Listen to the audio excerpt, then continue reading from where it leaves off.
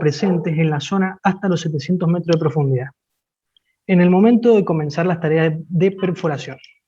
Si bien forma parte de la reglamentación medioambiental aplicada a nuestro país por algunos estados provinciales, representa una gran herramienta para el operador en el campo del petróleo, ya que es una herramienta irreemplazable desde el punto de vista preventivo, en lo que se refiere a la contaminación de suelos y acuíferos, siempre que se tomen algunos recaudos respecto a la metodología para aplicarlo y poder realizarlo. Bien, ¿cuál es la metodología que se sigue este tipo de registros?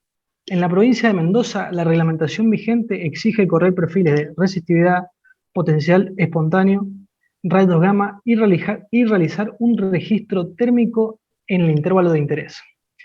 Bueno, voy a pasar a explicar qué vemos de cada uno de estos perfiles, ¿no es cierto?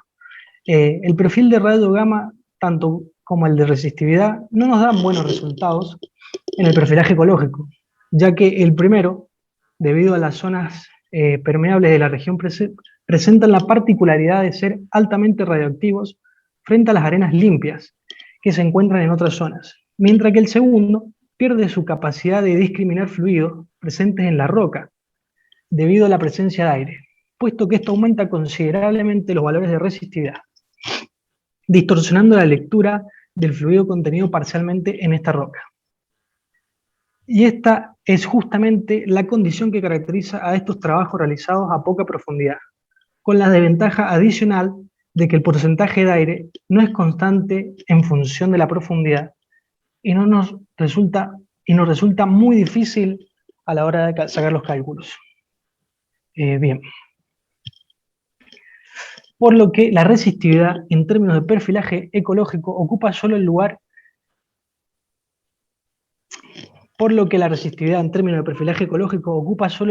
de un registro litológico en el lugar del radio gamma y no debería usarse para el cálculo de resistividad de agua de formación.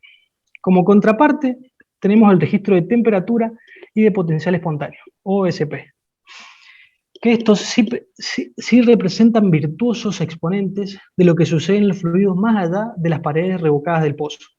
Por lo tanto, la temperatura del lodo en un pozo estabilizado térmicamente ofrece información respecto del gradiente geotermal de la zona, como así también de la salinidad del fluido poral y del porcentaje de saturación del poro, a través de un cómputo adecuado de la resistencia térmica de la formación.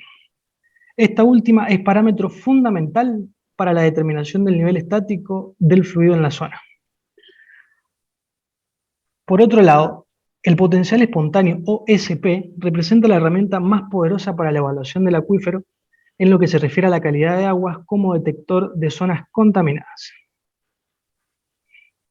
Bueno, ahora vamos a ver cómo se interpreta. ¿Cómo se interpreta un perfilaje ecológico? Lo que se busca es analizar la contaminación sobre el acuífero o un futuro acuífero. Se controlan los niveles de salinidad y una vez realizado el registro, se le informa a la operadora sobre esta situación, ya sea que esté contaminado o no. Bueno, el compromiso con el medio ambiente. Bien, tenemos la ley número 778. Conforme a la legislación ambiental de la provincia de Mendoza, que es la resolución 178/96, regula en todo el ámbito de la provincia la protección del agua subterránea en ambiente petrolero. El perfilaje ecológico debe cumplir el anexo 5 de la mencionada ley. Bien, ahora acá voy a explicar qué es lo que establece ese anexo de esta ley, ¿no es cierto? Bueno, el anexo establece las normas de perfilajes para la ejecución de pozos de exploración, explotación, inyección y avanzada. ¿Cuáles son estas normas? Estas normas son obligar a las empresas petroleras a efectuar en los tipos de pozos ya mencionados y los que se practiquen hacia un futuro, que desde la superficie y hasta los 700 metros de profundidad se les requiere que hagan perfilaje de resistencia y potencial espontáneo, un muestreo de cutting cada 5 metros y un control de gradiente geotérmico también cada 5 metros, un control de lodo de entrada y de salida, y confeccionar un registro estratigráfico continuo con relación a la litología y temperatura. ¿Todo esto para qué se realiza? Se realiza con el fin de determinar las zonas de interés hidrogeológico.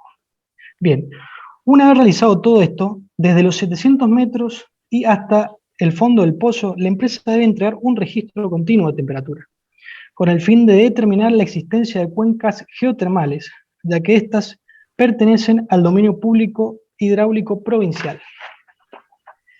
Si se trata de pozos entubados en forma simultánea, la empresa debe presentar perfilajes de radiograma señalando los tramos de interés hidrogeológico con interpretación de litologías que lo soportan. Previo a la ejecución del pozo, la empresa debe enviar al Departamento General de Irrigación un plan o un proyecto de trabajo propuesto para cumplir todos estos requisitos que se le pide. Las empresas que no cumplan estos requisitos o estas exigencias serán sancionadas. Bien, ahora vamos a hablar de hasta ahora lo que nombré fue todo lo que trata el perfilaje ecológico y la ley que lo abarca. Ahora vamos a hablar sobre los acuíferos. Bien, ¿qué es un acuífero? Existen distintos tipos de acuíferos, variando la composición geológica de sus formaciones. También se lo distingue entre acuíferos libres y acuíferos confinados, según tengan o no conexión con la superficie. Cuando son poco profundos, el agua es renovada con más frecuencia, de modo que su antigüedad puede variar entre semanas o algunos años. Por su parte, en los de más profunda circulación, la circulación es muy lenta y el agua confinada puede tener varios años de antigüedad. Bien, ¿cómo se forma un acuífero? Las aguas subterráneas se forman a partir de agua que va de la superficie de la tierra y va filtrando a través de las formaciones porosas y permeables. Empujada por la fuerza de la gravedad, fluye hacia abajo hasta que se topa con la zona impermeable. Entonces, o bien puede fluir en otra dirección o se acumula allí. Cuando el agua se acumula, va ocupando los espacios porales de las formaciones, los poros, hasta llenarlos. Lo que denominamos acuíferos es justamente la zona saturada por el agua. Bien, ¿de qué manera se contaminan los acuíferos? La preocupación sobre la contaminación del acuífero subterráneo se refiere principalmente a los acuíferos no confinados o freáticos, especialmente donde su zona no saturada es delgada y el nivel freático es poco profundo. Pero un peligro de contaminación significativo puede estar presente también en los acuíferos semiconfinados, si las capas acuíferas confinantes son relativamente delgadas y permeables. En nuestro campo de la industria del petróleo y gas puede contaminar mediante el cloruro de sodio e hidrocarburos aromáticos. Bueno, ahora vamos a hablar del fracking. Tengo un video para el fracking que tarda un cachito. Ahí está. Deme 2 segundos que tengo que...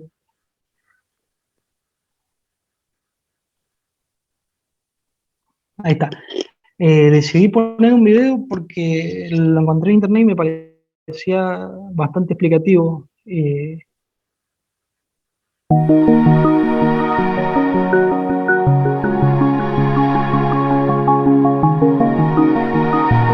Las formaciones geológicas, conocidas como rocas generadoras o shale, así como las denominadas tide, pueden contener abundantes recursos de gas y petróleo. Estas formaciones no convencionales, llamadas así por su baja o nula permeabilidad, se explotan a miles de metros de profundidad. Es, por ejemplo, el caso de Vaca Muerta, cuyas zonas de interés se ubican, en promedio, a unos 3.000 metros bajo la superficie. Para extraer hidrocarburos no convencionales alojados en formaciones shale y tide, es necesario, una vez perforados los pozos, utilizar una técnica conocida como estimulación hidráulica, fractura hidráulica o fracking.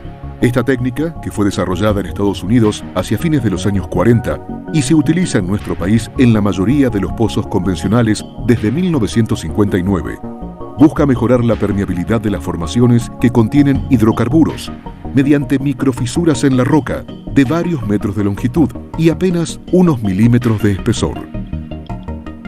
Una vez creadas, el gas y el petróleo pueden fluir hacia el pozo a través de esas microfisuras para ser recuperados en la superficie. La operación comienza con el armado de la locación. el cuidado del medio ambiente y las estrictas regulaciones obligan a que las locaciones sean secas. Esto quiere decir que todos los fluidos deben manejarse en compartimentos perfectamente estancos y sellados, al igual que cualquier aditivo químico sólido.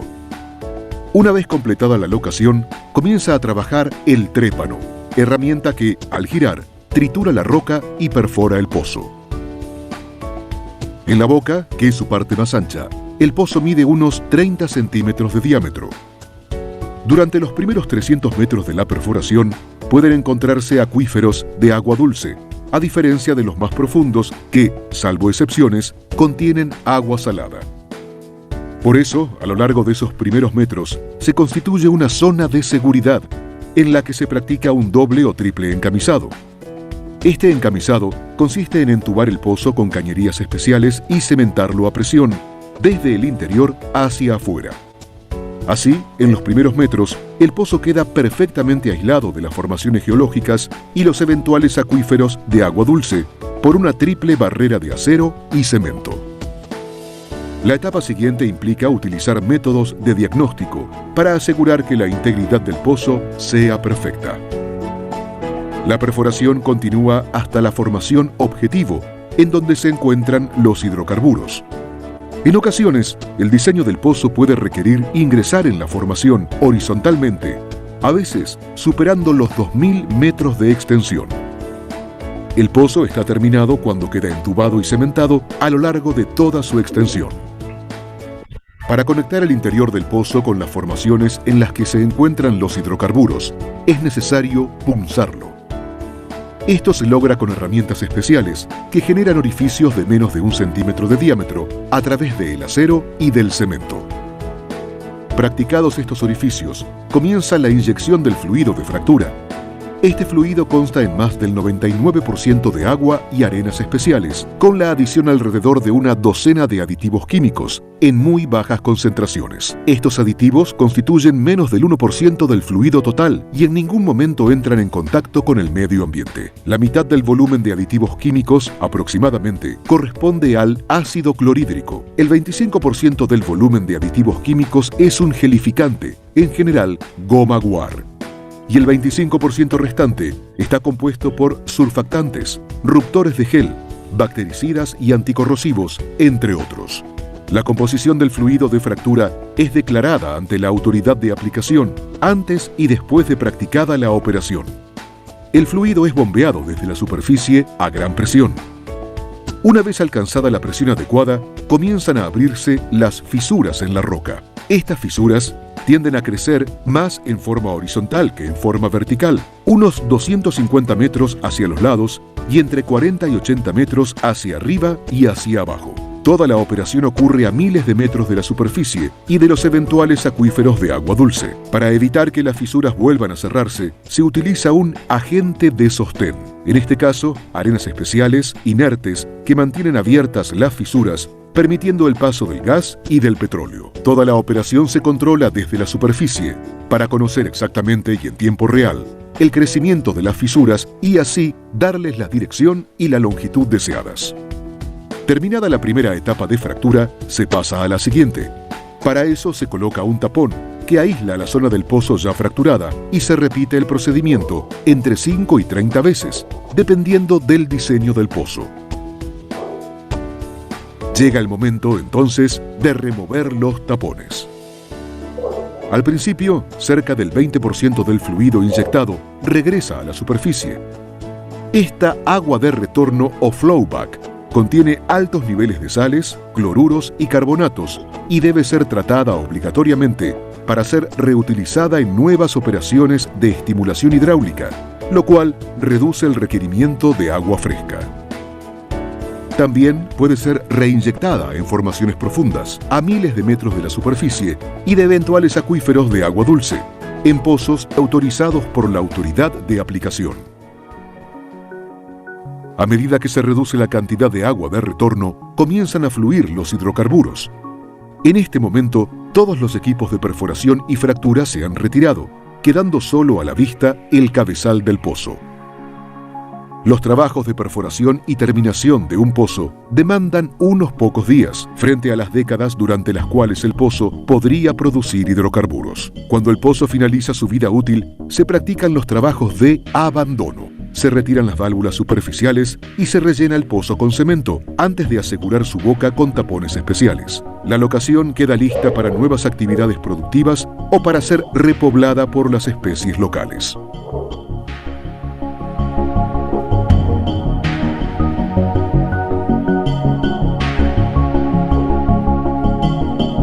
Bueno, y hasta acá sería lo que comprende al fracking. Eh, el fracking es una actividad que está mal vista desde el punto de vista de que malas aplicaciones, más que nada, porque, como se explicó en el video, se realiza a profundidades de más de 2.500 metros, que es imposible encontrar un acuífero de agua dulce a esa profundidad. Eh, entonces, una mala aplicación de este sistema puede ser que se lo realice cerca de estos acuíferos, y ahí es donde se genera la contaminación debido a que se filtra el petróleo a través de la grieta que se genera. Bueno, en nuestra provincia se trabaja a profundidades mayores, que están suficientemente aisladas naturalmente de las aguas subterráneas. No obstante, debido a las altas presiones puestas en juego para fracturar la roca, toda la instalación del pozo, incluido cañerías y calidad de cemento de las mismas, debe estar perfectamente verificada y deben realizarse luego de finalizada la operación de fractura. Monitoreos periódicos de agua subterránea a los efectos de descartar fallas de aislación en todo el sistema. Bien, entonces, el perfilaje ecológico, tal cual lo plantea el anexo 5, ¿no es cierto?, de esta ley que les mencioné recién, provee a la operadora de controles posteriores a la operación de fracking. Por lo tanto, de haberse producido una contaminación de agua en una capa de interés hidrogeológico, en la operación de perfilaje posterior, más cercana al pozo, en cuestión se verifica dicha anomalía en el registro de resistividad o en el potencial espontáneo, permitiendo así detectar el origen de la falla y disponer una solución rápida para su eventual reparación si fuese factible realizarla. Bueno, y como conclusión, el perfilaje ecológico comprende una actividad fundamental a la hora de realizar una perforación, debido a que nos asegura respetar y cumplir los protocolos ambientales regidos por las leyes de cada país, y así poder complementado a la industria del petróleo y gas en cuanto a priorizar el cuidado del medio ambiente. Y eso sería todo. Muy bien, ¿eh? Bueno, muy bien. Buen trabajo. Buen trabajo. Quería decir unas palabras con respecto a la calidad de los temas que han expuesto todos los grupos. La verdad que son temas muy apasionantes e interesantes, que normalmente nosotros no, debido a la especificidad del tema, no los vemos así diariamente, y esto es una forma de refrescarnos y de ponernos al tanto de lo que se está gestionando actualmente en todas las compañías para el medio ambiente. Mario. Sí, gracias, Gustavo. En primer lugar, y dado que ya esta es la última presentación de los distintos equipos de la cátedra de perfilaje, quiero agradecerle a Gustavo y a Luis la predisposición a sumarse al proyecto PICA, que es el plan de implementación de actividades actitudinales, que tiene que ver con ir preparándolos a ustedes para los futuros desafíos que tienen que ver con todas las actividades sociales, a saber que son trabajo en equipo, liderazgo, responsabilidad, compromiso, comunicación, etcétera, etcétera. Esos temas lo ven en la materia de gestión en seguridad, medio ambiente y salud, pero es necesario ir desarrollando actividades a lo largo de la carrera, porque ustedes los van a poner van a usar ese tipo de competencias que van a ir adquiriendo al momento de que se reciban, cuando salgan reciban el título de ingeniero y empiecen a trabajar. Las empresas petroleras en la actualidad requieren de los profesionales que toman una alta capacidad en este tipo de actividades sociales, fundamentalmente relacionadas con trabajo en equipo, comunicación, liderazgo, responsabilidad, compromiso. Esta materia de gestión no se puede distribuir a lo largo de toda la carrera. Nosotros la ubicamos en quinto año, que es cuando ustedes comienzan a vislumbrar los temas inherentes a la carrera que han elegido, pero es necesario contar con el resto de las tecnologías básicas y aplicadas para que cada una de ellas trabaje con ustedes en este tipo de actividades, como son los proyectos que ustedes han hecho ahora y que han desarrollado, para ir practicando esas competencias que van a ser necesarias para ustedes cuando se reciban. He visto la mayoría de las presentaciones, las que no he visto yo, la ha visto mi compañera de equipo, que es Evelina, y vamos a hacer para la próxima clase, una devolución de los equipos que faltan a Gustavo para que él se los transmita a ustedes. En líneas generales, por ser una asignatura que está en el mismo año en que ustedes empiezan a tomar contacto con las habilidades blandas o sociales, que la están viendo también en gestión, creo que es bastante satisfactorio lo que hemos escuchado. Y por otro lado, la responsabilidad y el compromiso que han puesto cada uno de ustedes en lograr el objetivo de poder presentar el trabajo tal cual se habían comprometido con la cátedra. Es decir, que desde ese punto de vista realmente felicito a todos los equipos que se han presentado. No es fácil preparar algo y presentarlo cuando sale del contexto de la materia que estamos trabajando. Así que nuevamente mis felicitaciones a todos. Por supuesto que hay cosas que se van a ir mejorando a lo largo del desarrollo de la carrera de ustedes. Por supuesto que van a ir haciendo piel con este tipo de actividades, ¿no es cierto?, que son las actividades sociales, y que a lo largo de la carrera van a ir entendiendo que la necesidad que tienen de un manejo adecuado de todas estas capacidades al momento de recibirse, porque son las que le van a abrir las puertas de las empresas en el momento que vayan a buscar trabajo. Así que, bueno, muy agradecido a Gustavo y a Luis por el compromiso en haberse adueñado un poco de la tarea de dirigir los trabajos de ustedes, y un agradecimiento a todos ustedes por el compromiso puesto de manifiesto en cada una de las presentaciones. Y en el final, Hernán, excelente presentación, muy buena, muy bien empalmada, muy bien lograda, así que por ser uno solo no voy a preguntar ni quién es el líder, ni cómo se consiguió, ni nada de eso, porque las respuestas son obvias, ¿no es cierto?, frente a esta situación. Así que muchas gracias a todos, fundamentalmente a Gustavo y a Luis, y bueno, pueden que sigan con la materia. Gracias. Muy bien. Me estoy yendo entonces. Muchas gracias a todos. Chao, Mario. Buen fin de semana. Igualmente para todos. Chao, profe. Chao, profe. Chao. Muy bien, Hernán. Felicitaciones. Gracias. Me trabé en algunas partes, pero bueno, había que ser minucioso porque estaba buena la explicación. No, está muy bueno. Muy bien armado. Felicitaciones. Re bien. Bueno, tenemos todos los grupos con todos los trabajos aprobados. Bueno, perfecto. ¿Alguno tiene alguna duda que quiera que quiera preguntar con respecto a los trabajos que hemos hecho de la última parte. ¿El trabajo número 10 lo entregaron todos? No. No, no, está completo. No, yo todavía no, profe. Vale.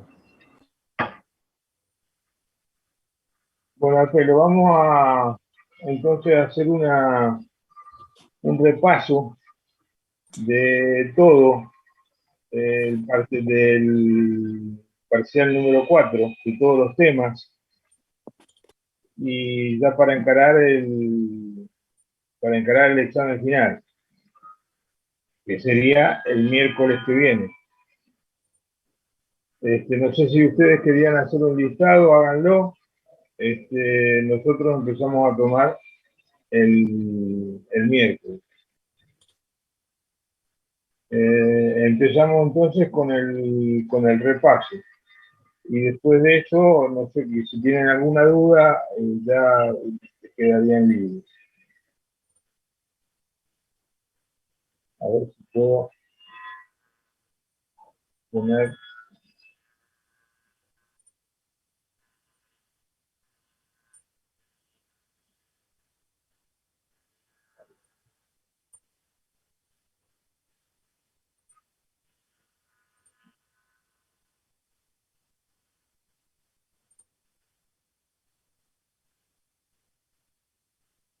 Bueno, arrancamos.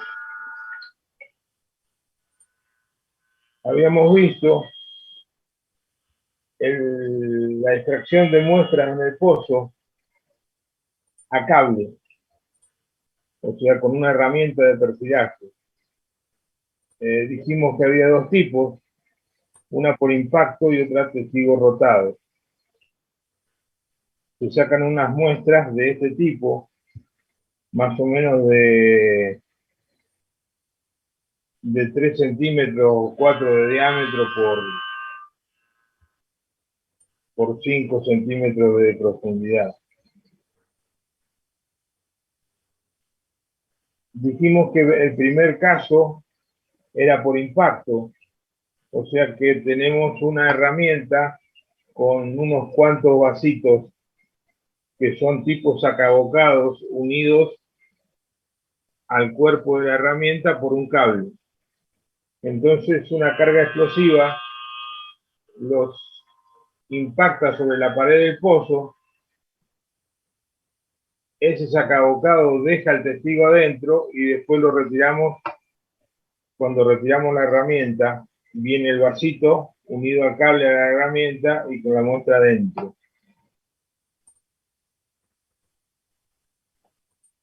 Posicionamos la herramienta con un SP para correlacionar y ver las capas donde tenemos que sacar la muestra. Lo ponemos en profundidad enfrente de la capa y hacemos el disparo. Más o menos, digamos, en pozos que tienen, por ejemplo, en Comodoro tienen 40 capas fácil. Tengo una herramienta con 20, 30 vasitos. Podemos ir sacando una muestra por capa. Pero necesitamos el SP para posicionarnos, para ver dónde está la capa y posicionarnos exactamente en la profundidad que necesitamos.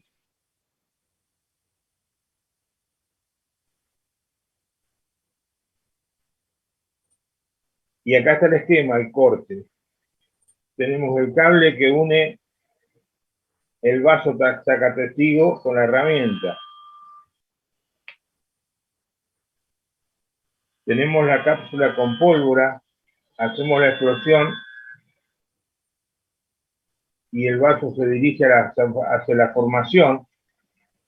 Y una vez que penetra en la formación, se retira la herramienta a través del cable y queda la muestra dentro del vaso. Así funciona el testigo de impacto.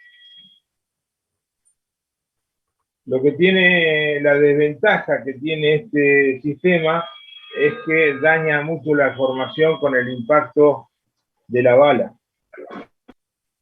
Cosa que con el testigo rotado eliminamos el daño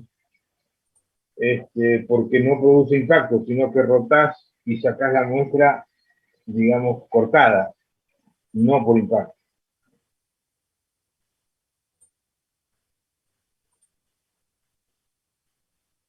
Esta es una foto de la herramienta ya detonada, digamos, cuando saca superficie, sacan todos los vasos con la muestra adentro.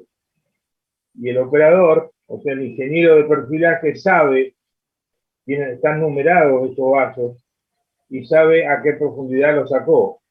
Entonces, esa muestra se saca y se pone en un recipiente y se enumera con la profundidad para saber de dónde es. Y estos son más o menos ejemplos de las muestras que se sacan. Y esas muestras después se llevan al laboratorio y se le ve, digamos, por una luz de fluorescencia, la presencia de petróleo. Y se le hacen pruebas de porosidad, saturación, porosidad, y todos los parámetros que nosotros calculamos, digamos, con el perfil, los calculamos directamente sobre la muestra, en el laboratorio. Y después se comparan los resultados y se ajustan los perfiles a las matrix para que las mediciones, digamos, respondan al yacimiento.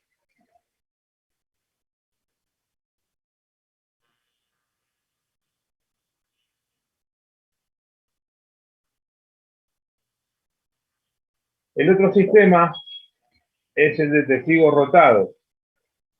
Este tiene un aparato que va girando y tiene una punta dura de diamante en la punta, digamos, y corta la pared del pozo y saca la muestra, digamos, cortada, sin impacto.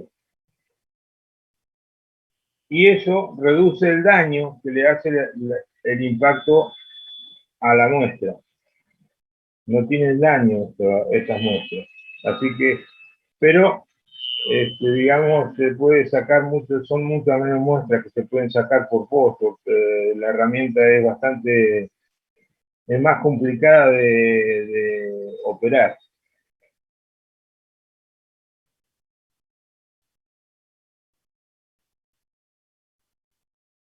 Entonces, penetra este brazo en la formación, en forma rotada, corta la muestra, y cuando llega a una profundidad determinada de perforación de la muestra, se corta el vaso y cae la muestra dentro de la herramienta y se van almacenando ahí. Ese es el testigo rotado. Luego, tanto el rotado como el de impacto son mandados al laboratorio, como dijimos, y ahí le hacemos todas las mediciones de permeabilidad, saturación, porosidad, etcétera, etcétera. Y tenemos los valores para nuestro yacimiento, o sea, para los pozos cercanos al pozo donde estamos estudiando las muestras.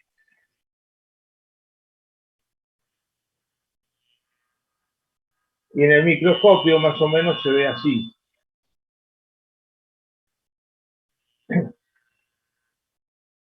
Con un gran aumento se ve si la porosidad es muy ajustada o si no es más franca acá, y se ve donde hay agua, lo celeste, y donde hay petróleo, en los poros, ¿no?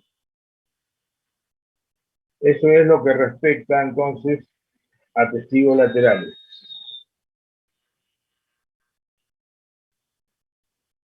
Ahora vamos a ver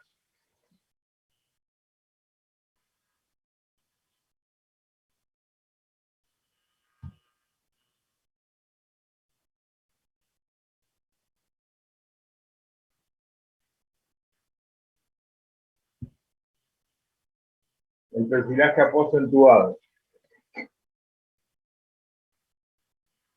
El perfilaje a pozo entubado, digamos, son herramientas que bajamos en un ambiente que tienen las mismas características de pozo abierto más el cemento y el caño. A eso se le dice perfilaje a pozo entubado. Luego tenemos que ver la operación de punzado, que es agujerear el caño y el cemento y hacer un túnel en la formación, en la capa de interés, para comunicar los fluidos de la capa con la superficie.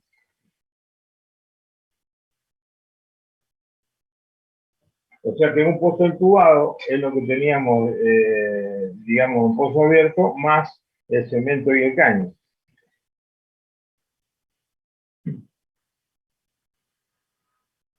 Digamos que la parte cementada existe para llenar las capas. O sea, si yo tengo una capa de petróleo acá y más arriba tengo una de agua, o al revés, tengo una capa de agua abajo y de petróleo arriba, yo, digamos, no me interesa punzar la capa de agua, sino la de petróleo. Pero si yo punzo la de petróleo y no hay cemento, el agua que está en esta capa se puede venir hasta esta. Así que el cemento es muy importante para aislar las capas, unas de otras. O sea que por a través del cemento no puede pasar el fluido de una capa a otra. Esa es la función fundamental de la cementación del pozo.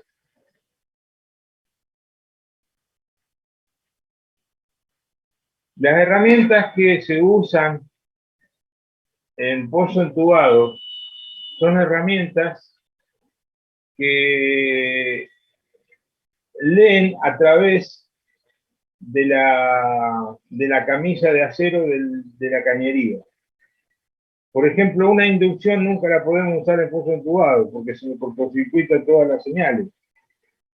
Pero sí la del neutrón y el rasgo gamma, que la presencia de la cañería no le daña mucho la señal. Así que los perfiles a pozo entubado para correlación usamos el neutrón y el rasgo gamma. O sea, decimos que es de correlación porque necesitamos poner en profundidad la carrera a pozo entubado con la carrera a pozo abierto. Esto lo vimos con el ejercicio de un trabajo práctico.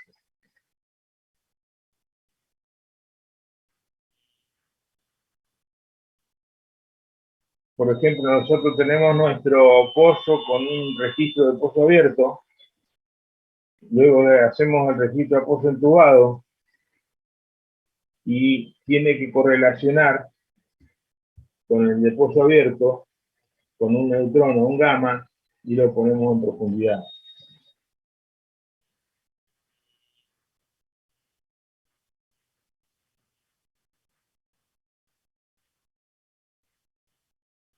Otro perfil que, digamos, que sirve para ver si las capas están aisladas o no de cemento es el CBL microsismograma. Esta es una herramienta de principio físico acústico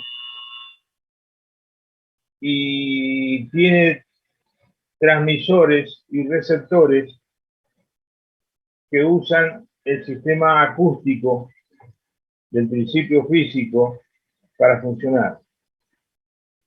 Habíamos visto cómo se propaga la onda acústica a través de un medio y desde el disparo hasta empezar a obtener la respuesta que se hace en forma sinusoidal, tenemos un tiempo de tránsito.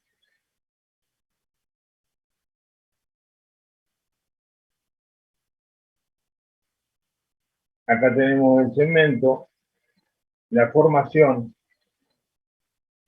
las cavernas la cañería y tenemos los objetivos de la cementación. Identificar la aislación entre las zonas, calificar el cemento, identificar la adherencia a la cañería y la formación, diferenciar la canalización y el microanillo, identificar el tope de cemento. Esos parámetros los calculamos bien y lo dominan ustedes con el trabajo práctico que hicimos.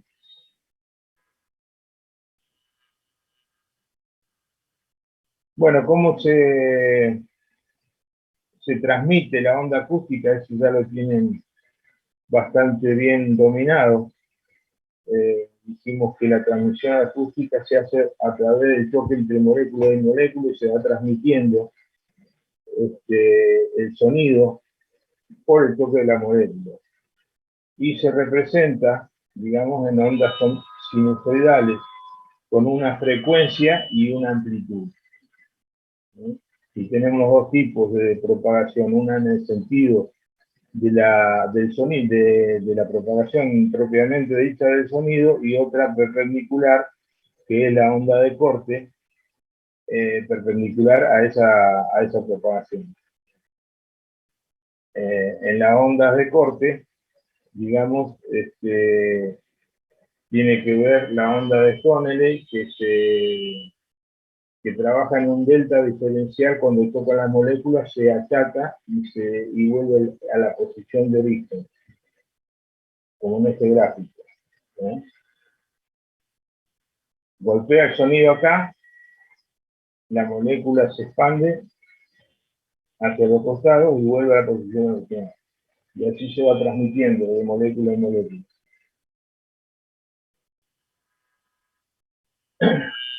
Ya sobre el perfil, digamos que origino el sonido acá, tengo un tiempo de tránsito hasta lograr señal de la formación, o en este caso del cemento, de la cañería, el cemento y la formación. El primer arribo es el que nos interesa evaluar con la amplitud. Digamos que si esta amplitud es grande, no tenemos presencia de cemento porque la cañería está libre. Ahora, si este primer arribo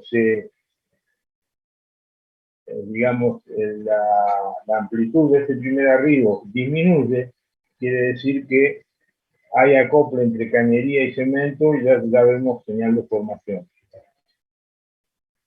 Ahora lo vamos a ver bien.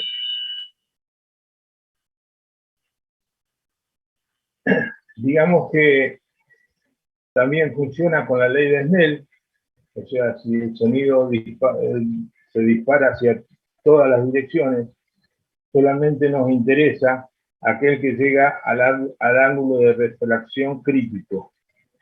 Y entonces los receptores van a, digamos, a tener en cuenta las ondas que lograron ese ángulo crítico. Las demás la descartan, no llegan.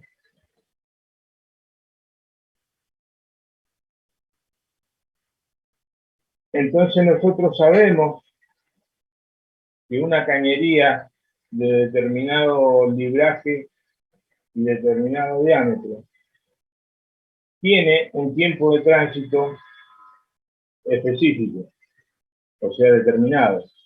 Entonces calibramos y ponemos la ventana en esa posición. Luego, si hay cemento, digamos, durante el perfilaje, la señal se va a ir corriendo desde la ventana. Entonces, digamos, esa deriva es lo que hace al perfil de CBL.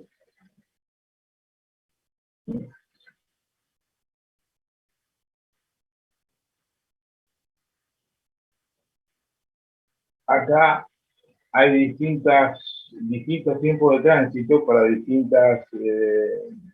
distintos medios. Para el casing, para el cemento, para la formación incluido, vemos que los arribos están a distintos tiempos. Eso es para calibrar la herramienta en la superficie.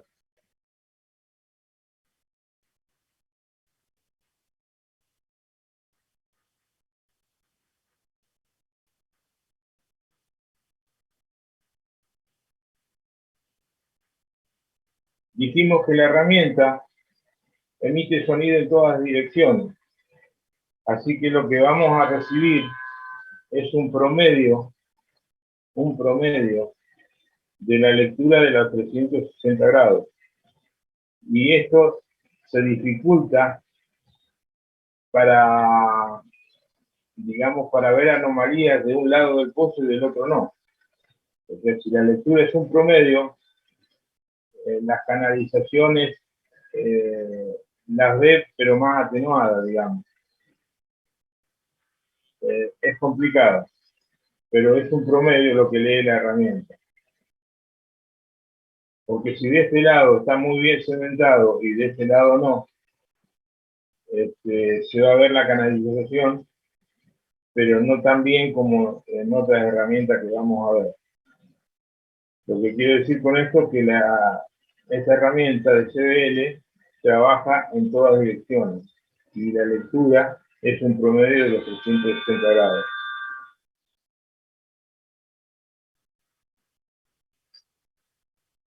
Entonces nosotros tenemos el disparo y la ventana del primer arribo fija para una cañería determinada. Si yo no tengo acople entre el cemento y la formación y la cañería, toda la señal se me va a ir por el caño. Entonces voy a tener un primer arribo muy fuerte. Si este punto se corre o se atenúa al primer arribo, quiere decir que la señal está pasando a la formación. Entonces hay presencia de cemento. Ahora lo vamos a ver bien. Acá se va toda la señal por el caño, no hay cemento. ¿Ven? Y tengo la señal en la ventana. ¿Ven? Acá el primer arribo se desplazó, porque se atenuó el del caño. Entonces pasa a leer formación. Fíjense que acá está en la ventana y está el recorrido de la ventana. Entonces, quiere decir que acá hay cemento. Entre estos dos valores está, digamos, la presencia de la adherencia del cemento a la cañería y de la formación, máximo y mínimo. Esto sería 0% de cemento y esto sería 100% de cemento. Y ahí vamos perfilando. Por ejemplo, acá hay cemento y no hay acople entre formación y cemento. Entonces, digamos que la señal no va a ser tan perfecta como esta. Y en este caso, ¿sí? ¿Sí? ¿Quién preguntó? En este caso, digamos, también hay cementaciones parciales.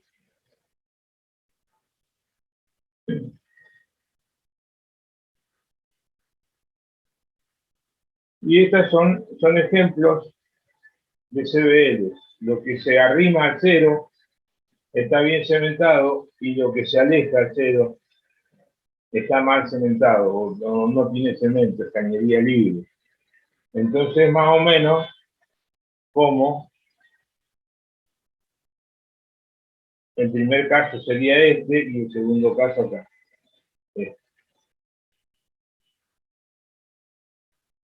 El primer caso es este y el segundo caso es este.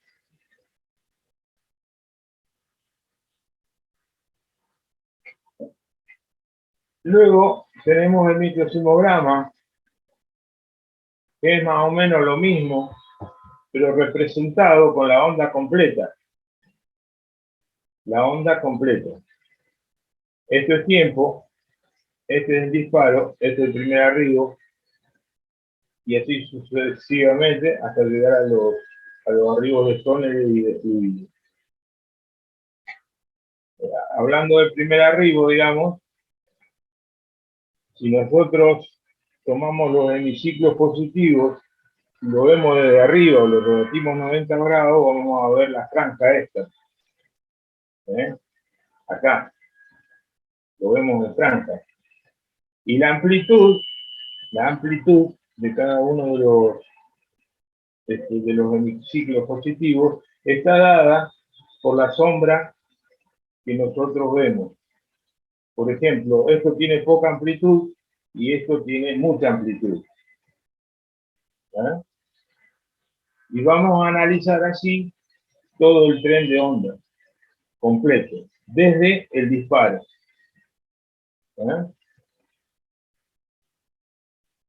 La curva de CBL, la que nosotros vimos anteriormente, pasa por acá, por el primer arribo. Después están las ondas de corte, las de Tonelli y las de fluido. Acá está al revés. Sí.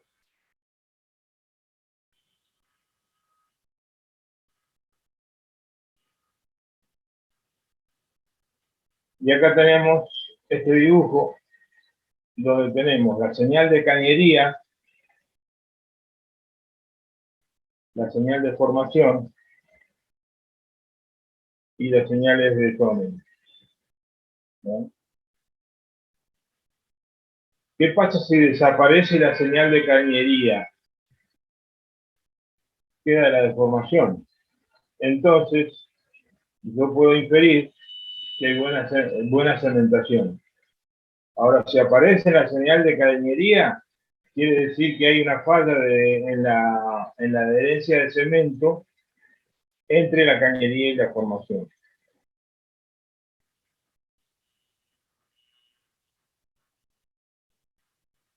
El tope de cemento, ya lo habíamos visto, es hasta dónde llega la cementación. Esto ya creo que en el trabajo práctico lo evaluamos bien.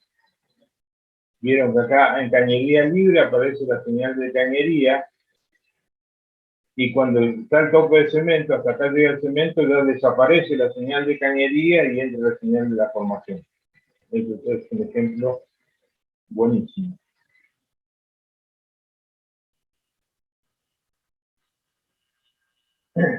Acá tenemos un registro todo de cañería libre.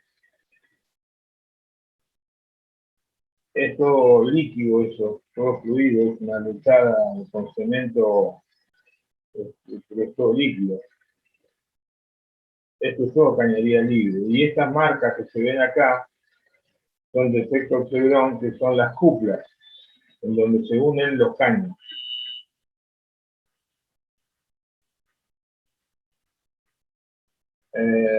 Tope de cemento y cañería libre. Esto ya lo habíamos visto. Ahora tenemos buen cemento. Acá hay ausencia total de señal de cañería. Es todo señal de formación y vieron que la curva de CBL se pega a cero. Acá no hay duda.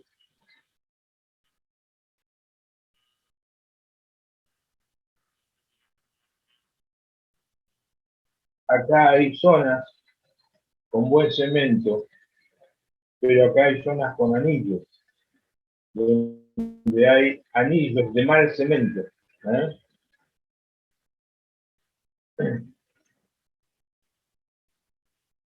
El anillo, digamos, es horizontal y una canalización es a lo largo del registro. Ahora lo vamos a ver.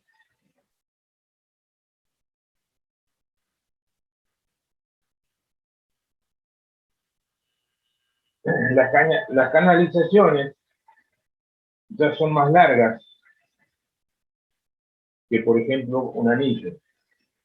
Este es un anillo y este es una canalización. ¿No? Un canal es, digamos, un canal, una canaleta de mal cemento a lo largo de la cañería.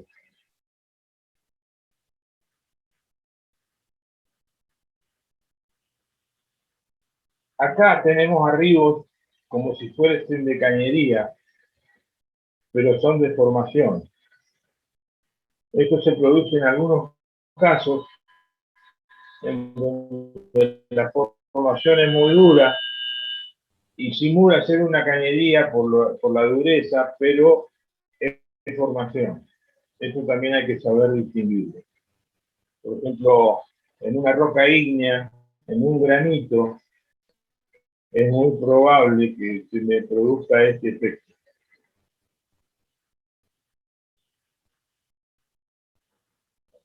Y las herramientas más modernas,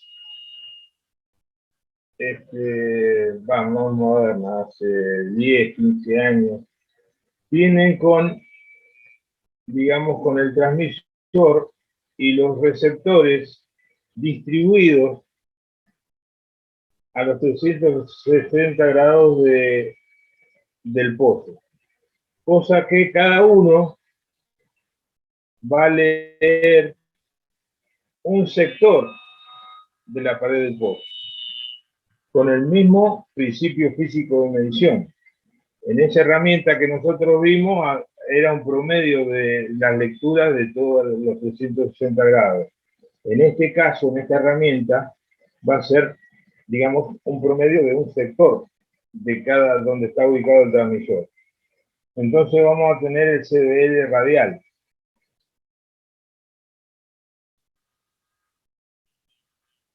Y en lugar de tener una sola señal, voy a tener una señal por cada cuantos cuántos transmisores tenga alrededor del pozo, en la misma profundidad. En este caso tenemos 1, 2, 3, 4, 5, 6 señales. O sea que tengo 6 receptores, perdón, en los 360 grados del pozo. Entonces voy a poder hacer un mapa de CBL, digamos.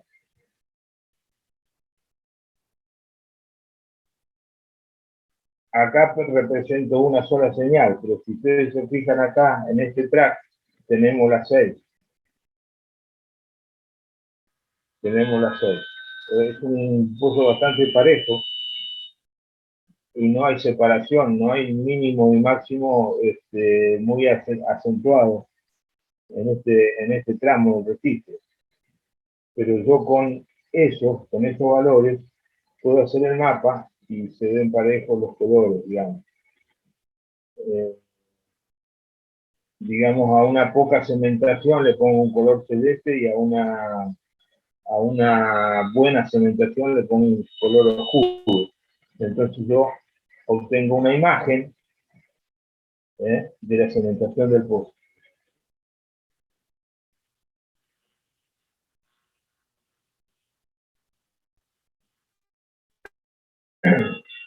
Y acá hay una comparación entre los dos. Es un CBD común y este es un CBD radial. En el radial, nosotros podemos ver, de acuerdo a la coloración, cómo está cementado el pozo. Mientras acá tenemos una sola señal. Digamos.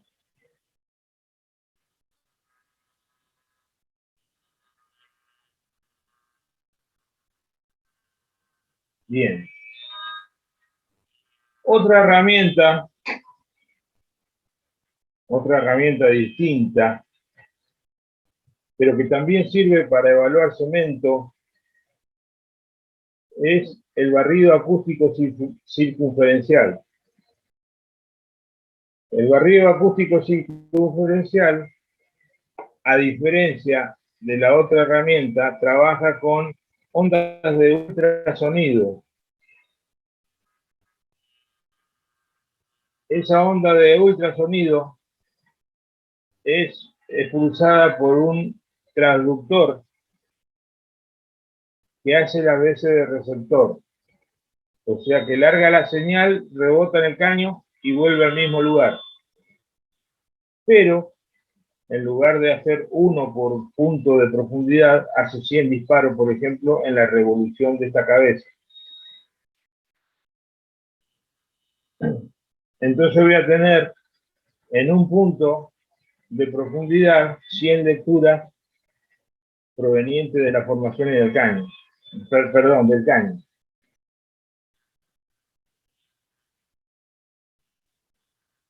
Este es el aspecto de la herramienta, donde tenemos el cabezal giratorio, donde va el transductor que emite un onda de ultrasonido. Tenemos la parte electrónica y tenemos un transductor fijo que para medir propiedades del lodo y calibrar las cañerías de esta señal giratoria.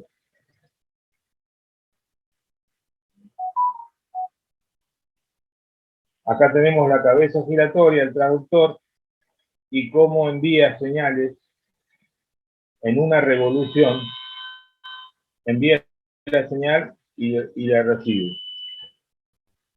En modo imagen, o sea, nosotros vimos que también se puede correr en post abierto y obtener una imagen del post. En modo imagen trabaja con 200 muestras y el cuadro trabaja con 100 muestras, un poco menor la densidad. Y así tenemos la cabeza giratoria y el transductor fijo.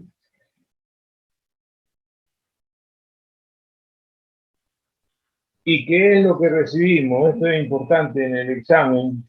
Si yo les pregunto cómo trabaja la herramienta, ustedes me tienen que traer este gráfico, que es distinto al CBL,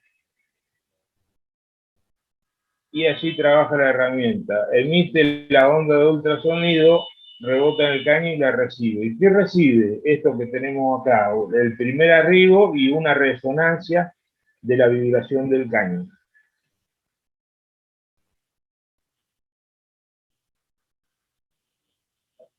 Y tenemos el disparo, el tiempo de tránsito, el primer arribo y la resonancia de la cañería.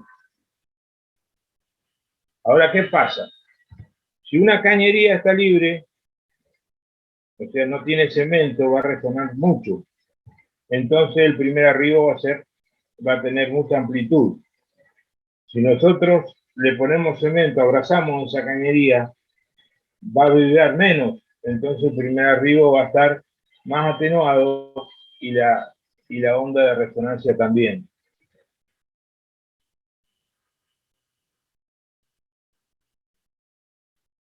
Por ejemplo, acá tenemos el casing pobremente cementado, o sea, cañería libre, y acá tenemos un casing bien cementado. Vieron que todas las atenuaciones que sufrió esta onda se produce porque el cemento abraza la cañería. Y hay una relación entre la impedancia acústica y la frecuencia y amplitud de la onda. Si yo, digamos, ubico esa relación de impedancia acústica y la frecuencia, la calibro, puedo determinar la presencia del cemento con impedancia acústica. Dice que la impedancia acústica tiene una relación con la frecuencia por la amplitud. Básicamente eso.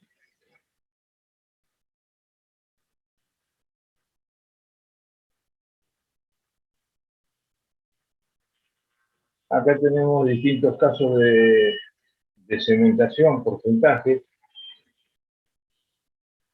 en un corte.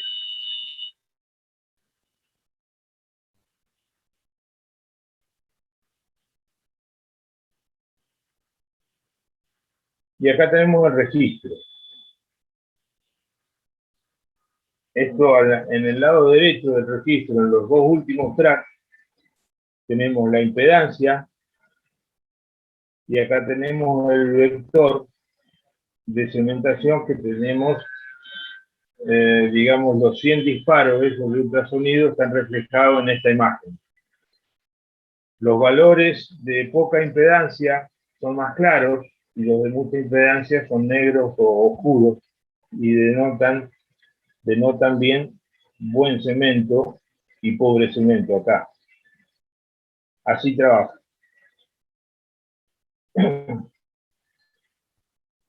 Puedo ver que el tope de cemento está acá.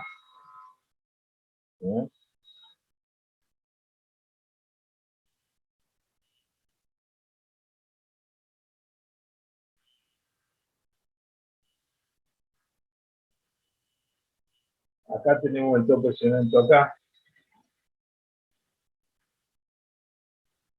Vieron que donde hay buen cemento está bien oscuro y donde hay poco cemento está claro.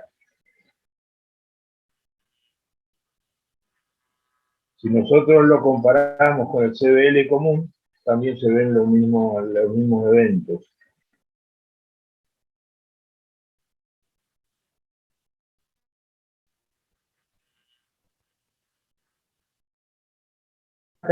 Canalización,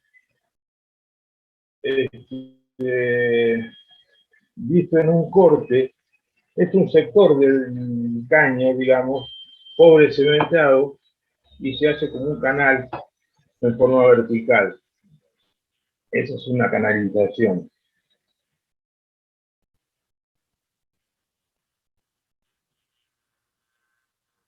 El problema es que la presencia de la canalización, digamos, te puede conducir el fluido de una capa al otro, a la otra, por ese canal.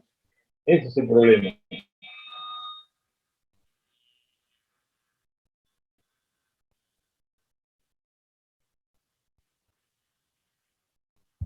Y acá tenemos cómo se produce la canalización cuando una cañería está recostada sobre un lado del pozo, está tocando la formación, y del otro lado no tiene nada. Entonces se ve así, con una canalización permanente.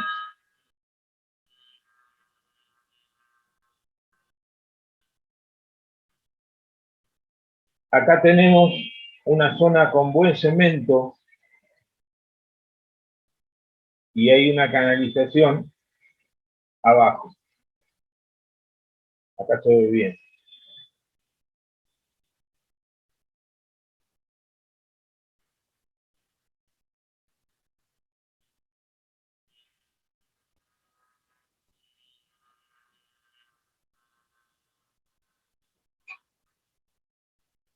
Y acá se ven anillos.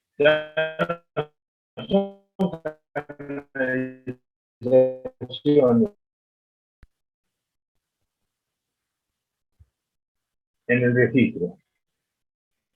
O sea que vimos buen registro, vimos lo que es una canalización y ahora tenemos la presencia de anillos.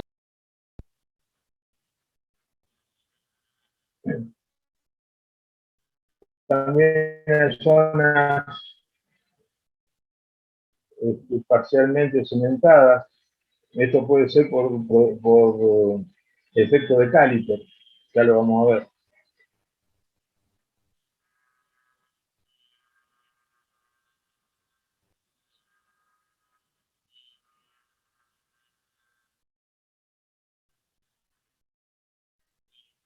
Donde hay,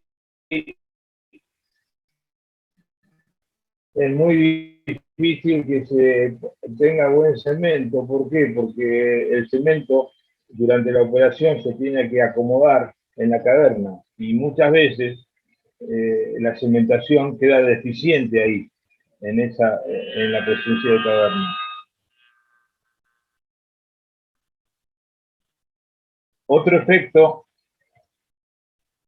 que, digamos, influye en la cementación y en la calidad de la lectura es la presencia de cemento espumoso. En el cemento espumoso, o sea que es una especie de los grandes, que se aísla bien, digamos, las capas, pero la calidad del cemento se hace más barato, no sé qué, pero hace que sea más liviano, y el sonido tiene que pasar por entre medio de los poros, o sea que la señal acústica viaja y llega muy tarde y no se lee. Por eso en cementos espumosos el CBL no anda. La herramienta que vimos de CBL no anda, pero sí anda con la de ultrasonido, con el CAS. Con eso sí anda porque, digamos, la onda de ultrasonido hace vibrar al caño. Y si el caño tiene cemento, así sea espumoso o no, no le importa la herramienta, la vibración la va a afectar lo mismo. Entonces ve la presencia de cemento espumoso.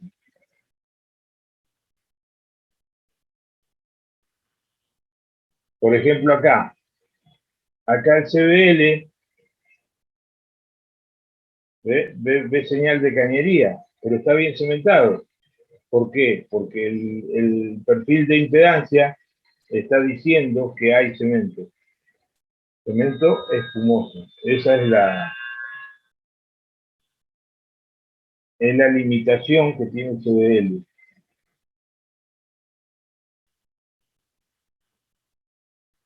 Acá el CBL no muestra nada y la impedancia me dice que está bien cementado. Bueno, esta herramienta de ultrasonido dijimos que también mide la corrosión de la cañería. O sea, con el tiempo y los fluidos que maneja el pozo, la cañería se va deteriorando con los años y se puede llegar a perforar. Entonces, con el perfil de ultrasonido podemos evaluar el daño que hay en la cañería. Y trabaja también con el tiempo de tránsito, el primer arribo y la resonancia. Por ejemplo, el tiempo de tránsito es el tiempo que tarda en llegar desde el disparo hasta la cañería. O sea, tengo el espacio. Y si tengo el espacio, puedo calcular el diámetro de la cañería. Si tarda más tiempo en llegar, quiere decir que aumentó el caliper de la cañería. Entonces, el tiempo de tránsito mido el calibre interno de la cañería. Y una cañería recién fabricada tiene un diámetro interno nominal, conocido.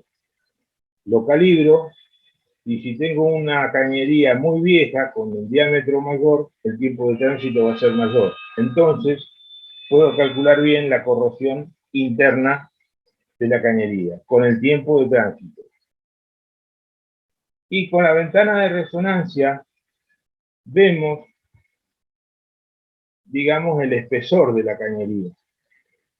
Si una cañería vibra más que otra, significa que tiene, digamos, espesor de hierro mayor o menor.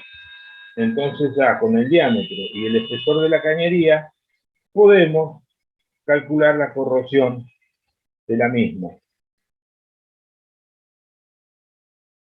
Este es un ejemplo. Estas curvas que están acá son de calibre del pozo con el tiempo de tránsito y estas curvas que están acá son del espesor de la cañería. Como tiene 100 disparos, dijimos, podemos hacer una imagen y podemos identificar visualmente qué daño tiene nuestra cañería. Por ejemplo, acá arriba no hay corrosión, es una cañería, digamos, buena, y acá está agujereada, ¿eh? Entonces, eso es lo que mide la herramienta. Esta cañería es nueva, ya no tengo mayores problemas ni en el caliper, ni en el espesor. Pero acá ya hay mucha corrosión. Hay problemas en el diámetro y en el espesor. Hay problemas. Y acá está agujereada, ¿no? Esa herramienta la bajamos y te ve a modo corrosión, te ve los agujeros de los punzados. Es muy buena la definición. Este sector de la cañería está bueno, y acá en la zona de punzado está muy deteriorado, inclusive roto acá abajo. Acá hay una rotura.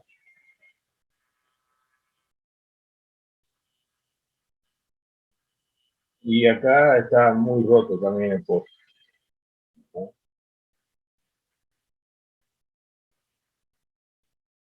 Y después se han recuperado trozos de cañería y se han verificado con la lectura de los perfiles y han coincidido lo que leen los perfiles, digamos, con la realidad.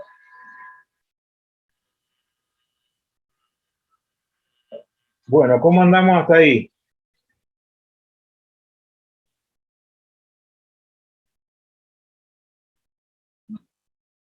Bueno, es largo, ¿eh?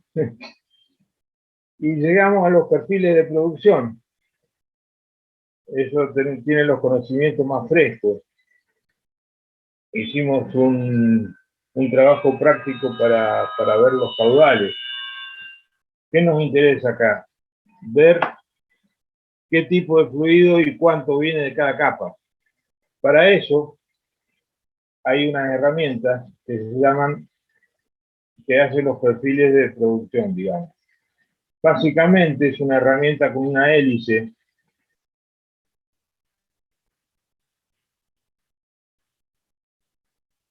en la punta, y las revoluciones de la hélice más o menos nos van a dar una idea. Profe, disculpe que lo interrumpa. Sí. Le quería comentar, preguntarle si puedo dejar de presente que me tengo que ir. Luis, sí, dáselo el presente y Porque me surgió un tema acá en mi casa y me tengo que ir ya. No hay Ya problema. está tomado presente, no te preocupes. ¿Ya está tomado? Perfecto, profe. Nos vemos. Muchas gracias. Que tengan un buen fin. Chao, hasta luego. Gracias, igualmente. Decía que esa herramienta tiene básicamente una hélice en la punta, y las revoluciones con la velocidad del cable también podemos calcular el caudal. Dijimos que si tenemos un pozo que produce, las revoluciones de la hélice son en sentido del reloj, y si tenemos un pozo que admite fluido, las revoluciones son en el otro sentido, antihorario. Así nosotros, en el tramo de interés del pozo, hacíamos un registro bajando, otro registro subiendo, otro bajando y otro subiendo a distintas velocidades. Vamos a tener un perfil, varios perfiles de la zona punzada. Cómo se comportan las curvas con la velocidad del cable frente a los punzados nos va a determinar el caudal y el aporte de cada una de las capas, que es lo que nos interesa.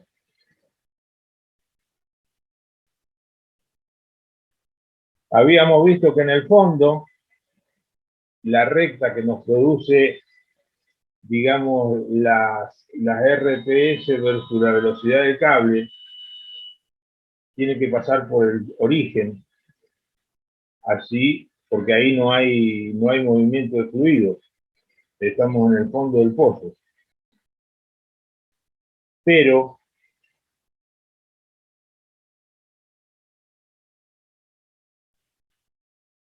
cuando entramos en una capa, esa recta, y hay caudal, ya no va a pasar por el origen, sino se va a correr a una velocidad aparente, que es la velocidad en el punto donde estamos haciendo el experimento.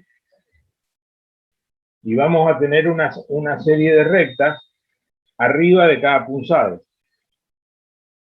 Entonces tenemos cero caudal, el caudal de la capa de abajo y el caudal de la capa de arriba. Pero el caudal de la capa de arriba es la de abajo más el caudal de la capa. O sea que tenemos que, para saber el caudal que tenemos acá, tenemos que restarle este tramo. ¿Eh?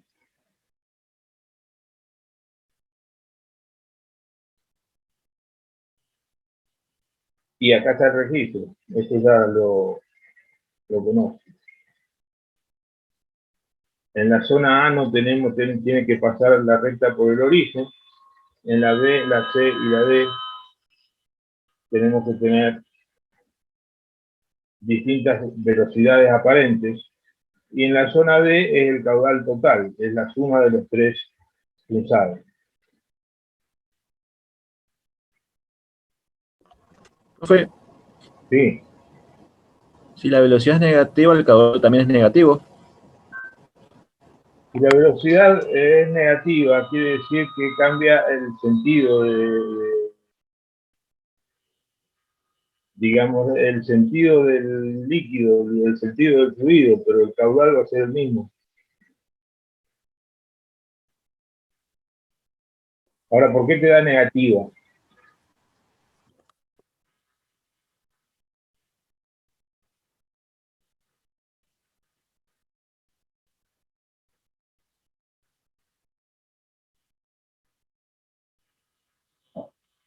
Vos tenés la velocidad de acá, esta velocidad, con estas revoluciones. Te da un punto. Y tenés el negro del otro lado, que te da otro punto. Si trazás la recta, te corta el eje de la X en la velocidad aparente. Y con eso lo multiplicas por la sección y te da el caudal. Si haces todos los puntos, eso haciendo los puntos extremos, haces todos los puntos, vas a ajustar mejor la recta a la realidad.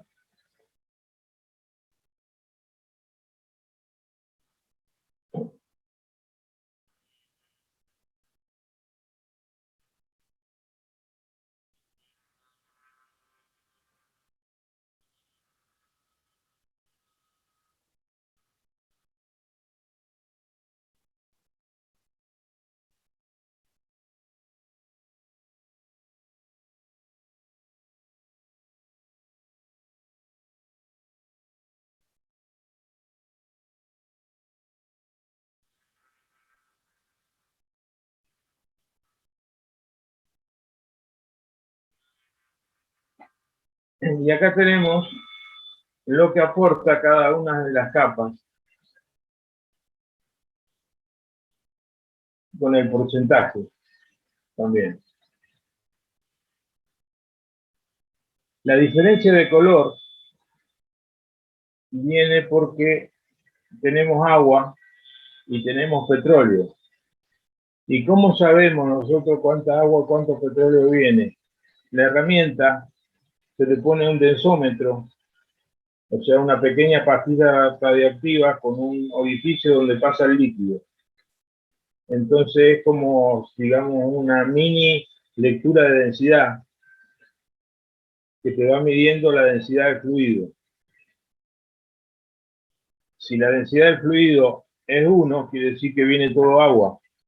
Y de ahí para abajo viene el porcentaje de petróleo. Si lo saca, digamos, las fases, las saca así. O sea, si es 0.9, hay algo de petróleo. Si es 0.8, es todo petróleo. Si es 0.1, es todo agua. Así se calcula las fases, más o menos, a grandes rasgos se calculan las fases del líquido que viene. Ya digamos, con 3 fases, trabajar con 3 fases, con gas, petróleo, agua, gas, es más complicado. Pero para que ustedes comprendan, así trabaja.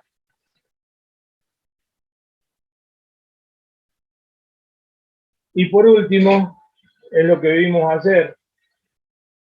Tenemos la herramienta de monitoreo de reservorio, donde trabaja con neutrones.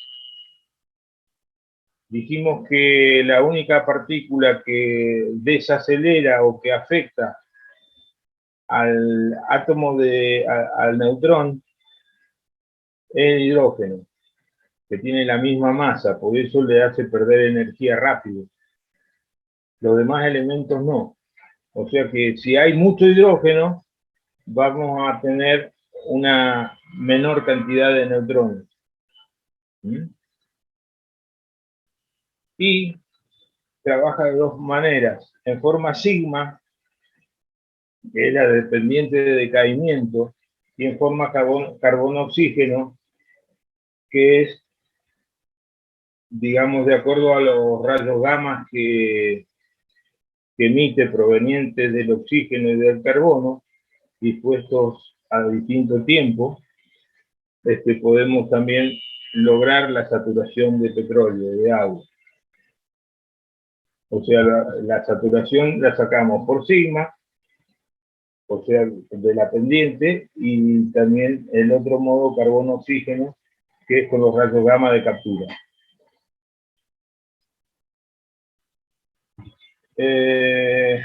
Esto no tenía una fuente continua de emisión de neutrones, sino que es un aparatito donde lo accionás y se mezclan 2 gases, y esa mezcla emite neutrones.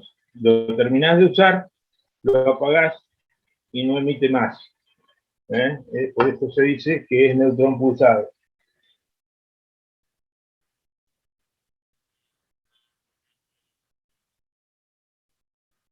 El contador de rayos gamma es el mismo que usamos, que vimos para pozo abierto, así que no hay problema. Y acá tenemos la parte, digamos, del disparo de los neutrones, donde está este pico, y después, a medida que va tocando los neutrones con los átomos de la naturaleza, con los átomos de la formación, va decayendo la energía.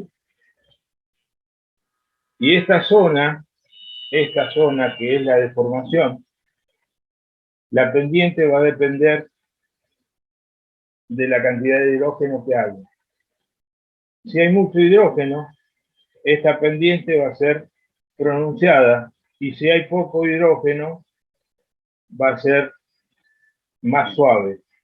Entonces de ahí sacamos la cantidad de hidrocarburos que hay, porque esa pendiente responde a los materiales, responde al agua, responde al petróleo.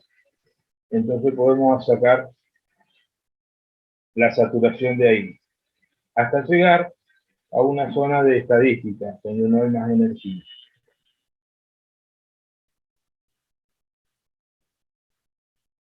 Y acá está.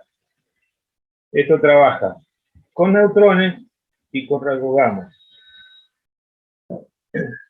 Si nosotros ponemos en tiempo, el eje horizontal es el tiempo, ponemos detectores de rayos gamma a distintos tiempos, vamos a captar rayos gamma provenientes de distintos elementos.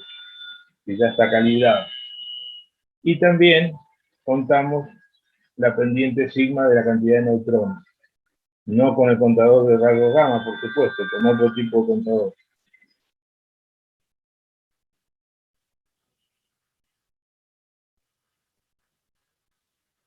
Así podemos ver la cantidad de silicio, la cantidad de calcio, pero lo que a nosotros nos interesa es la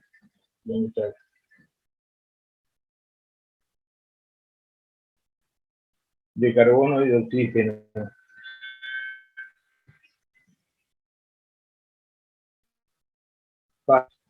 Si hay hidrocarburos. Si hay mucho oxígeno, ¿qué pasa? Va a haber agua. Y si hay poco oxígeno y mucho carbono, va a haber oxígeno. Así que de esa forma también trabaja la herramienta, ¿no? Tiene dos formas entonces de trabajar, una carbono-oxígeno y la otra de sigma.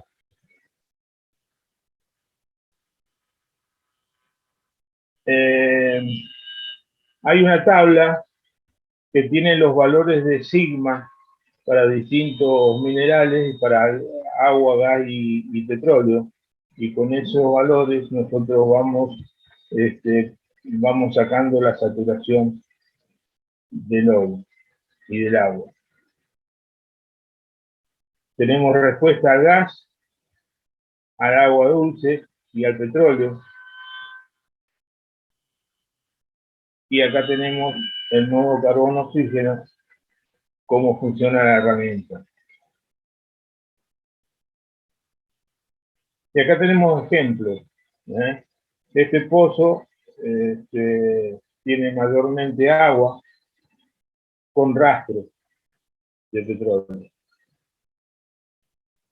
Dijimos que el gas hace el mismo efecto de fútbol que de siempre, así que donde hay un cruce muy elevado es gas, y donde tenemos este cruce bastante pronunciado es petróleo. Así funcionaría la herramienta de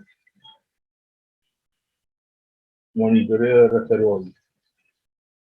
También, como tenemos los minerales provenientes de, por ejemplo, del carbono, del hierro, que se puede sacar con el rayo gamma, vemos la parte litológica, y por ejemplo acá la sílice es mayormente el compuesto de esa formación, pero también tiene un poco de caliza. Esto es limestone, esto se les quita. También es litológica la herramienta.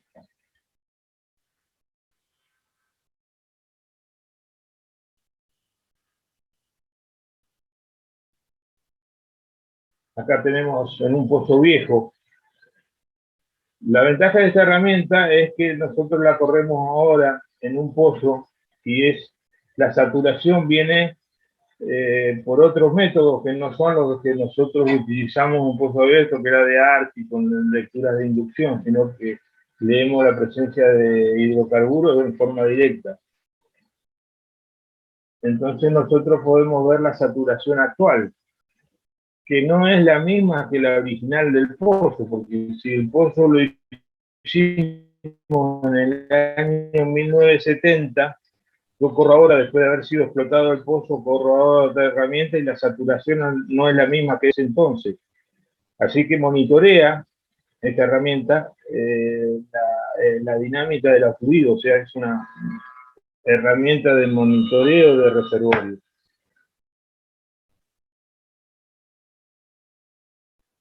Por ejemplo, acá se quedó el petróleo, actualmente está en el techo de la capa, y el agua se vino en la parte inferior de la capa. Inclusive los fusados viejos que hay están en la parte de abajo de la capa. Entonces se explotó acá y quedó esa parte con petróleo de arriba. Entonces punzaron acá arriba y explotaron nada más que el petróleo que queda.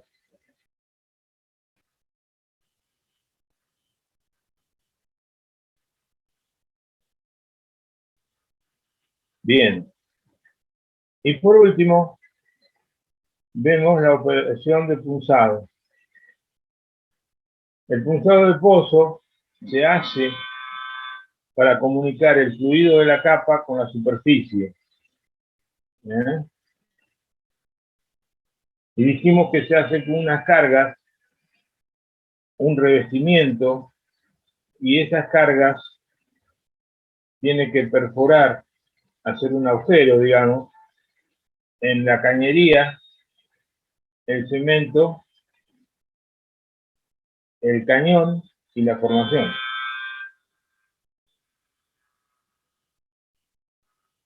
Y en un cañón, las cargas van enhebradas con un primacord o con una mecha, donde se detona la mecha y va pasando por cada una de las cargas y se inicia el jet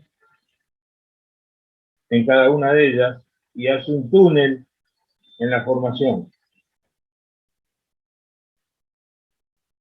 La mecha inicia la carga inicia el jet y esta va perforando la tapa, el cemento, el caño y empieza en la formación.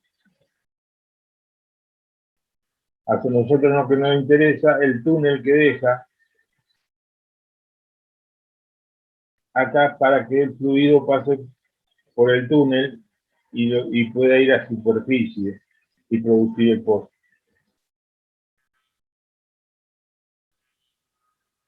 El túnel depende de la carga, de la pólvora que tenga, de la energía que tenga. Puede ser llegar hoy en día más o menos hasta unas 22 pulgadas, desde la carga hasta la punta del túnel. Más o menos. Hay cargas modernas que le ponen más pólvora para llegar más, depende de lo que necesite el yacimiento. Ahora lo vamos a repasar. Y más o menos, serían todos los elementos o las variables que hay en el corte del túnel.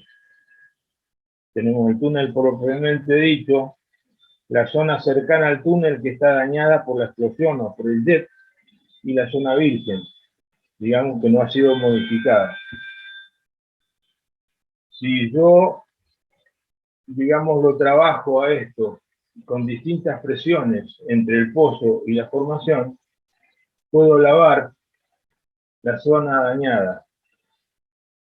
Esto es compulsado bajo presión.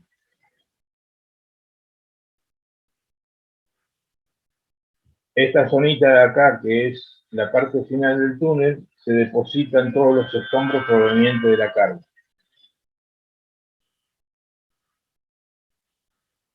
Esto es una prueba en probetas de cemento. O sea, hubo gente que sacó un par de cargas de un lote X, hasta la compañía proveedora sacó la carga, se fue a un tiro federal y hicieron explotarla sobre probetas de cemento. Entonces, este es el túnel, ¿ves? Por ejemplo, acá llegó a 13 pulgadas,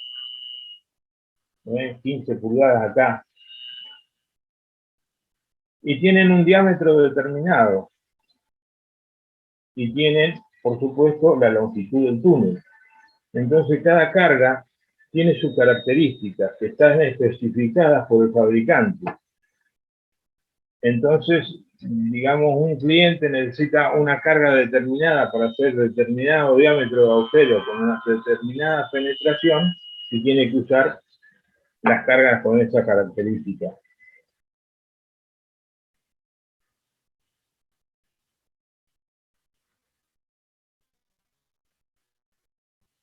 Digamos que el cañón se carga así, con unas pinzas, llevamos la carga a la posición, tenemos el asiento, la carga, y tenemos que alinearla en un hueco que tiene el cañón, bien para que, digamos, tiene un centralizador para que el jet no dañe la rosca que hay acá, que ahora vamos a ver, y no se dañe el cañón y se pueda utilizar nuevamente.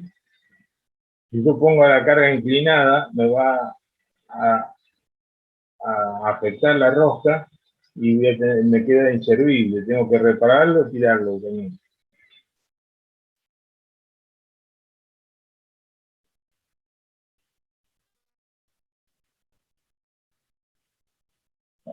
Esto tiene que ver con la densidad de disparo.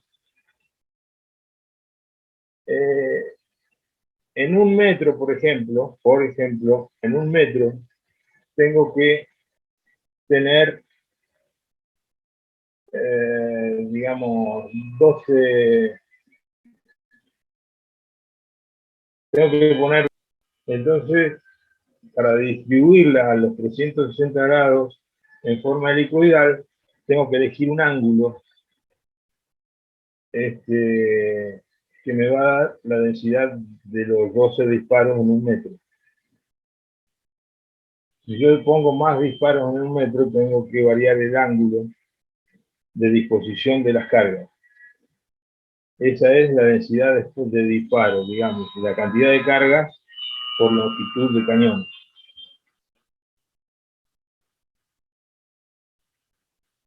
Hay casos muy, digamos, muy finos, lo que estoy diciendo, que requieren punzar para un solo lado y agarrar la capa inclinada de un solo lado y la agujerean, digamos, en sentido de la capa.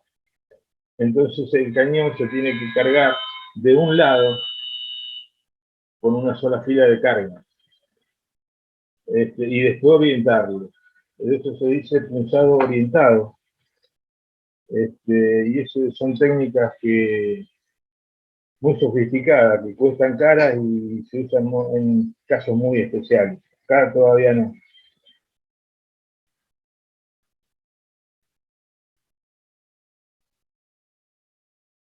Acá se muestra el cañón, donde estos agujeros que hay acá son donde sale el chorro, sale el jet.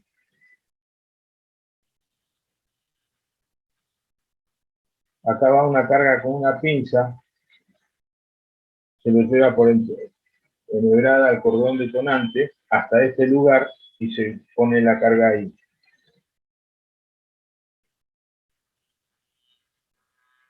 Acá en el mismo caso.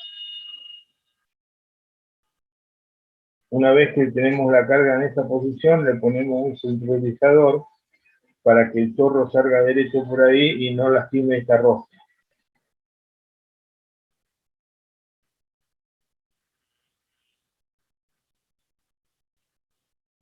Una vez que está bien posicionado, se pone la tapa, la rosca que tiene un O-ring para que no se inunde el cañón, y ya está listo para detonar. Estos cañones, una vez que están cargados con todas las cargas, se prueban para ver la hermeticidad y no estén, digamos, no se puedan inundar, porque si se inundan, no explotan y hay que cambiarlo y estás, digamos, a 3.000 metros de profundidad y no te explotó el cañón, tenés que sacar de nuevo y bajar otro cañón y lleva mucho tiempo, perdés mucho tiempo, muchos dólares de equipo.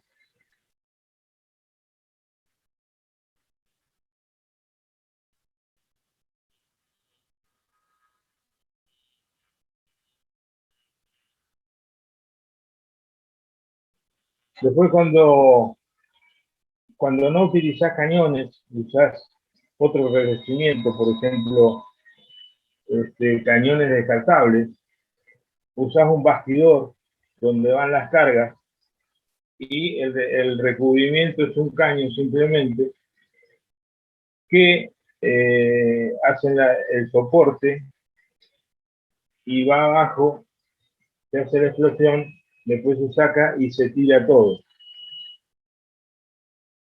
Eso es un cañón descartable. Este es el bastidor cargado con todas las cargas y el primacor, o sea, la mecha, y va adentro de una camisa o de un caño que se agujerea y después se tira. Este no tiene tapa, por ejemplo.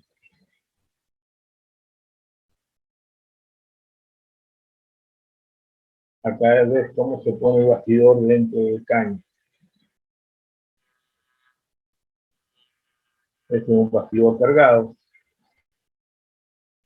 Y también hay cargas de menor diámetro, donde se puede bajar sobre tubing con, digamos, con diámetros de 2 pulgadas y media, 2 pulgadas. Pero la penetración que logramos con esto es mucho menor.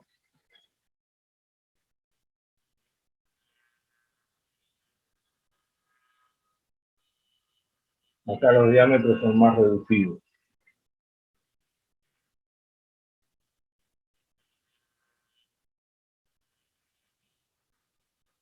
Son carguitas muy chiquitas. Y por último tenemos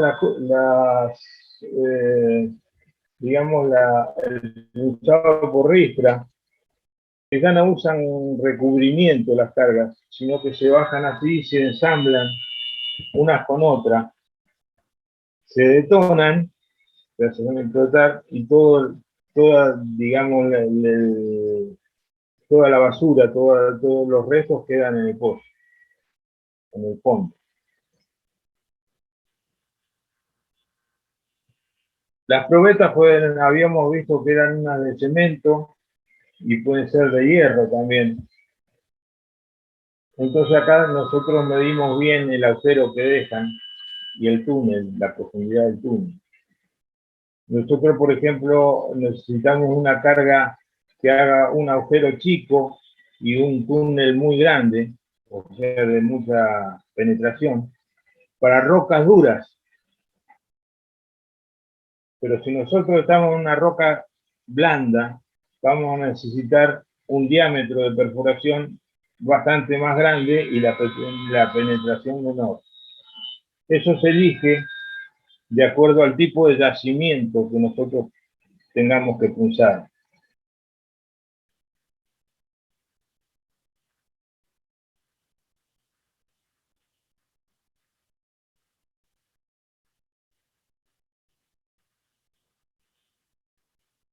Entonces,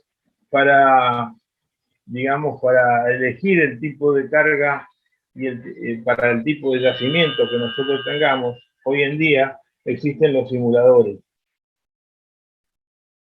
Los simuladores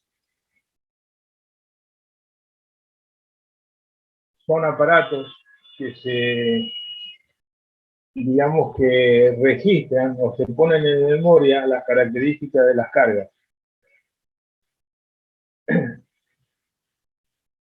Luego, con el software, vamos metiendo las características del yacimiento, el tipo de instalación, el tipo de cañería, el tipo de carga que voy a usar,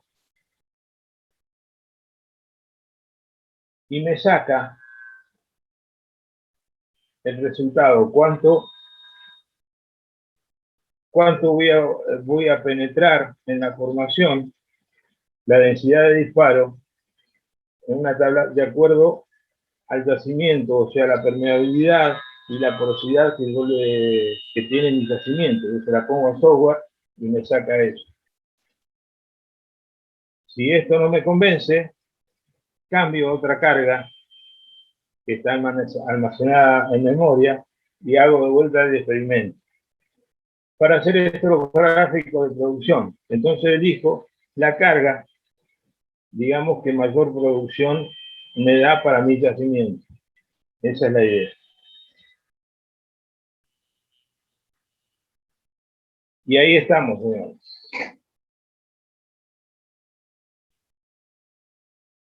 Creo que le he dado un pantallazo general de lo que va para el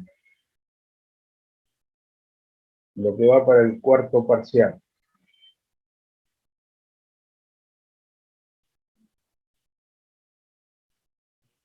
Bueno.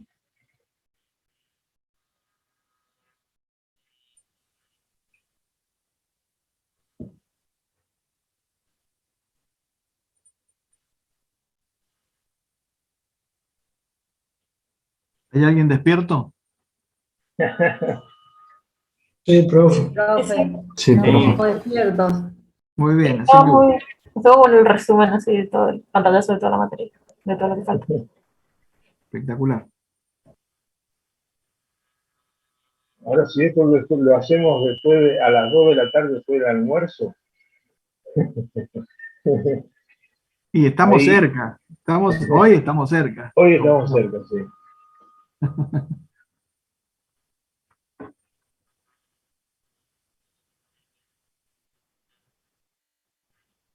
Nos vemos. Nos vemos, profe. Chao, profe.